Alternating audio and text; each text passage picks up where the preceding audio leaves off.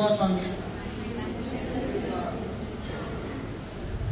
23 సంవత్సరాలు క్రీస్తు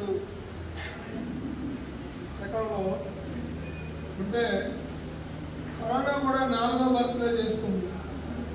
కాబట్టి అందరూ కూడా జాగ్రత్తగా ఉండాలి. మాస్కులు ధరించాల్సిన టైం మళ్ళీ వచ్చింది.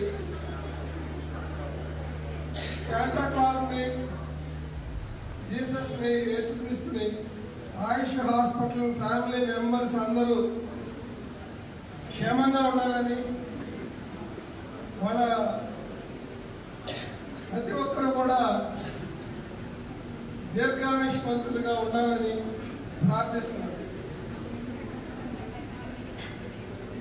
ఇప్పుడు ఆయుష్ హాస్పిటల్ గత 11 సంవత్సరాల్లో వీలున్న సార్లు అన్నిసార్లు మనం సెమీ క్రిస్మస్ జరుపుకుంటున్నాం. కాకపోతే ఈ కోవిడ్ కారణంగా 1-2 సందర్భాల్లో సెమీ క్రిస్మస్ జరుపుకోలేకపోయాం. అంటే ఇప్పుడు దాకా నేను చూసిన సెమీ క్రిస్మస్ అన్నింటిలో కూడా ఇది ప్రత్యేకమైంది. దానికి కారణం మన పాస్టర్ సచిన్ గారు. ఆయన అందరిలో ఉల్లాసాన్ని, ఉత్తేజాన్ని పెంచారు. సత్యం అంటే ట్రూత్, అదేంటో చూపించారు ఆయన.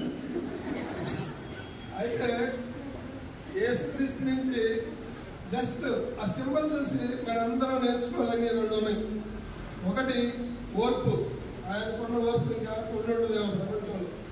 రెండోది ఓర్పుతో పాటు సహనం.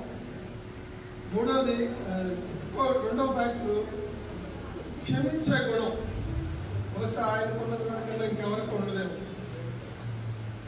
With this, I wish every one of you a very